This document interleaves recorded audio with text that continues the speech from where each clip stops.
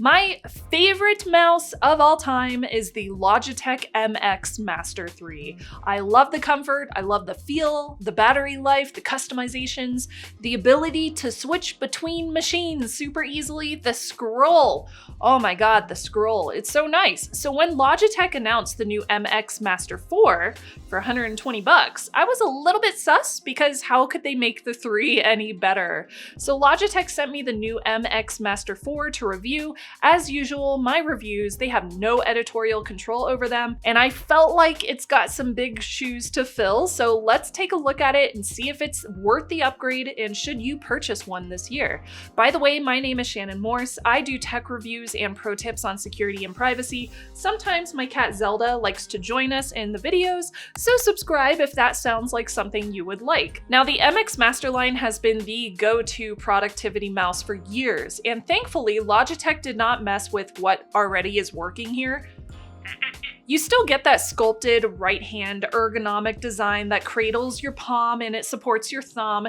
It's big, it's comfortable, it's designed for those long work sessions. Now here are the dimensions on the screen so you can take a look at those. The weight of the new mouse is 150 grams and the height is 128 millimeters. So yes, it's slightly chunky, but in a good way. This thing is built for comfort. It's not built for travel minimalism. It comes in a few different colors, and the build feels really premium with quieter clicks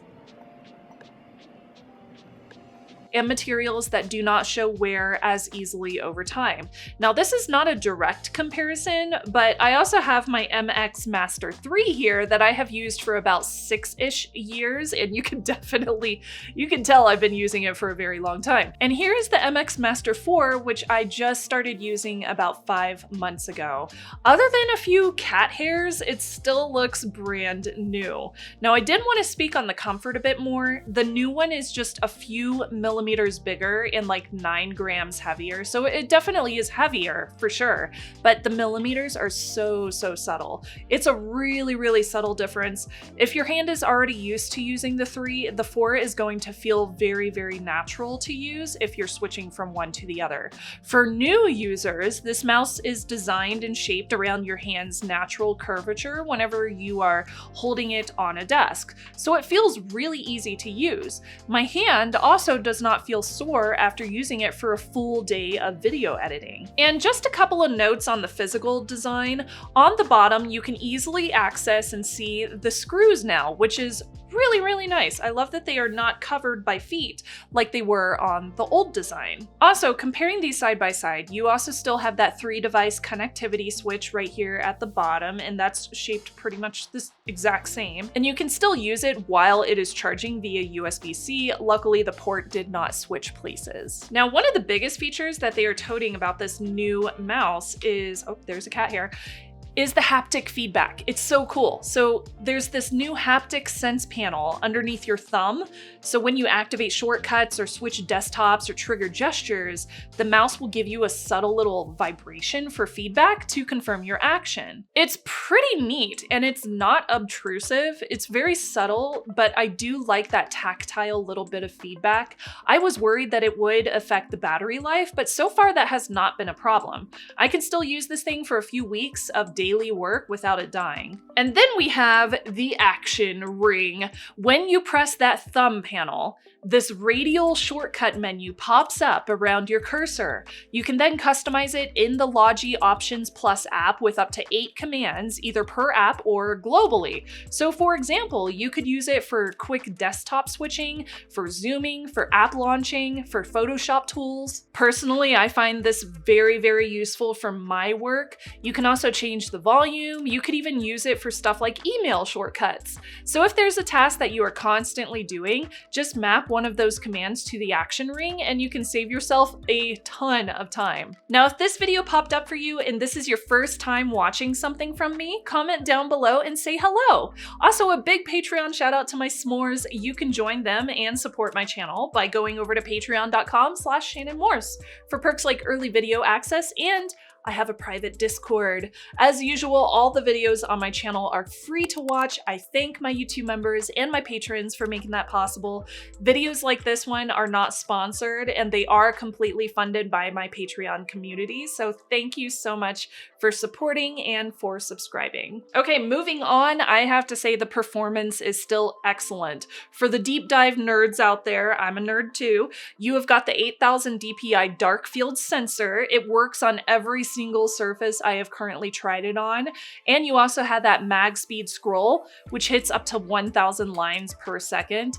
If you are a programmer, get one of these because that speed scroll is incredible. It's so cool. Now you can still switch between a ratcheted mode and a free spinning scroll like this, and I have use cases for both of those, so I am so glad that's still a thing in the 4. There's also a horizontal thumb wheel. This one has a little bit more tension in it, which is absolutely a necessity whenever I'm working with a Premiere Pro video timeline or I'm scrolling back and forth through a spreadsheet of notes for my videos.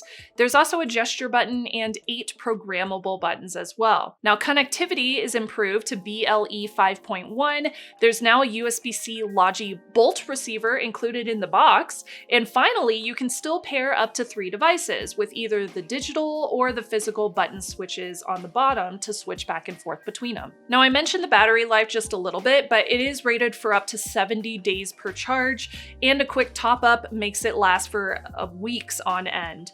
Just like the 3, I barely even think about charging it, and given that I have not really experienced any battery degradation in the 3, like the battery still lasts a really long time in the 3 even after 6 years of using it, I am hoping for the same quality out of the 4 after owning this one for a few years. So let's hope that the battery lasts a crazy amount of time like it does on the 3, because this one's pretty incredible. I love the 3 so much. I love you, you're my baby. Now to use all the fun little nuggets of features in here, you do have to download the Logi Options Plus software, and you have to let that run in the background. I dislike having to run software for every peripheral that I use, but if you do want to tweak everything, your mouse can be a really powerful tool for your workflow. And I'm going to show you how I've got it set up on my machine and how I use the Logi Options Plus software. I left most of my settings to the default that was already in the app, but I did change the gestures button. I switched it over to the Arrange Windows option, and this allows me to control where each of my windows goes just by holding down on the button and moving my mouse left, right, up, or down. This is super useful if you do video editing and you need a window for your graphics, one for your assets, and one for your timeline, for example. Now with the Actions ring, I downloaded one of the Premiere Pro Actions rings, and then I changed some of the options by just drag and dropping the commands that I normally use in Premiere Pro. It's that simple. It was really easy to set up. Lastly, the mouse is also fairly sustainable too. It's made up of 54% recycled plastics, 100% recycled cobalt battery materials. Now you probably guessed by now, no, there is no left-handed version. I am a lefty, so I totally feel you here. There is no storage slot on the mouse for the USB receiver, the Logi Bolt receiver, and software is required for the full customizations. But if you just want to use this as a basic mouse and you don't need all those customizations, it is plug and play. But I love my 3 so much. It's just so good. I'm petting a mouse. I have a feeling I'm gonna love the 4 too, because it's also a really good mouse. And if that's the case, if I do end up like falling in love with this one and obsessing over it, just like I obsessed over my 3, then I might have to buy an extra one just so I have a backup as an extra, just in case like I forget this one at home, or I let the battery die and I don't have time to plug it in or something. I don't know. It's that good. I really like this mouse. The Logitech MX Master 4 is not a standard upgrade. If anything, it's refining everything that I already loved in the 3. So do you need to upgrade if you already have a 3? Well, if yours is starting to look like mine, yeah, maybe. But if yours is still nice and clean and fresh and it looks brand new, then probably not. But for myself, I'm thrilled to have a new mouse on my desk. I love this mouse. I also love the color. It looks great.